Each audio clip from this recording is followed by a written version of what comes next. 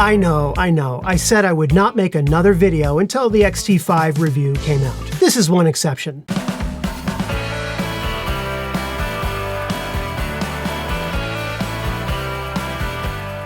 Hi everyone, welcome to Pal to Tech. Today Fujifilm released new firmware updates for the following cameras: the X-H2, the X-T5, the X-T4, and the X-T3. Let's not get too excited about these as they're mostly bug fixes, but I did want to go over several of them so that you can be clear as to what was specifically addressed in your camera. So first, let's talk about an issue with the electronic viewfinder. If your camera's focus mode is set to continuous autofocus and you half press the shutter button, the brightness of the preview image in the electronic viewfinder would change dramatically depending upon the brightness of your subject. Now this bug has been fixed in the X-T5 and the X-H2 cameras. Personally, for myself, I never noticed this happening, but I did receive messages from viewers who experienced it, and I hope this can now help you out. The second item has to do with the manual focus ring, on your lens, being unable to focus your lens during movie recording. This would happen if you're using one of the following lenses: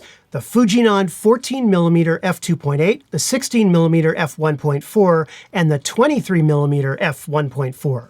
Let me test this out. So here I am rotating the focus ring on the camera in manual mode. And to be honest with you, I'm not having any trouble with this setup, the X-T3 and the 16mm. But apparently enough people have that they issued this fix. And so this bug is now fixed for the X-T3 and the X-T4. And finally, we have two separate sets of fixes, one for the X-T3 and one for the X-T5.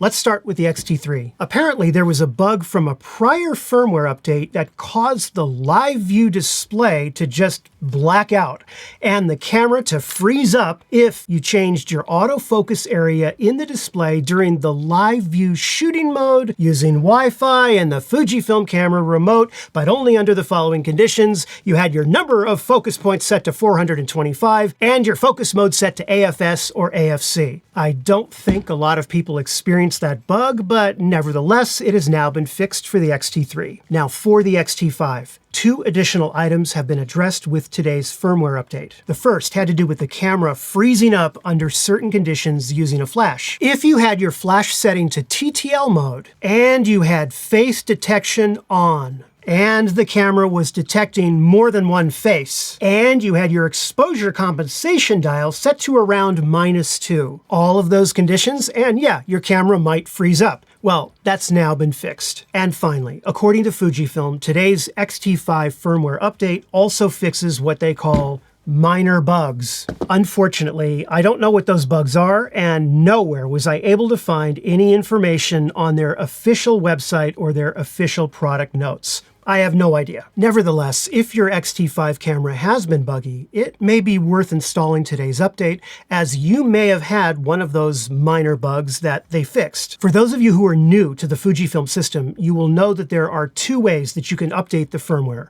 You could either use the Fujifilm app on your smartphone and perform the firmware update from there, or you could download the firmware update, put it on an SD card, and then go through the process of installing it on your camera this way. Make sure you are using a blank SD card. Once you have your firmware update on the SD card, put it in the camera, press and hold down the DISP button while you turn on the camera, and then follow the instructions. And make sure that you're doing this with a fully charged battery. As always, I would recommend waiting a couple of weeks before updating the firmware if your camera is the only one you are using for your business, just to be sure no problems are discovered with the latest update. So that's all for today for the firmware update process. Go forth now, update all your cameras, and may the odds ever be in your favor. Now, regarding the X-T5, the very next video I was scheduled to publish on this channel was and is the review of this camera. I know that some of you have been waiting for it, and I want to get it published and finished ASAP.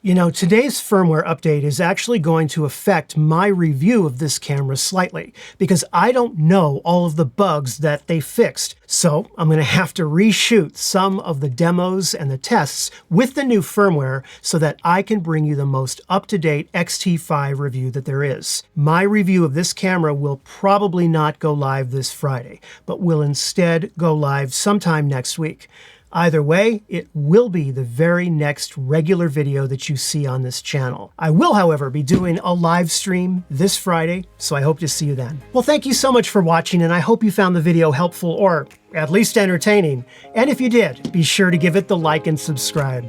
I'll see you in a new video very soon. Take care.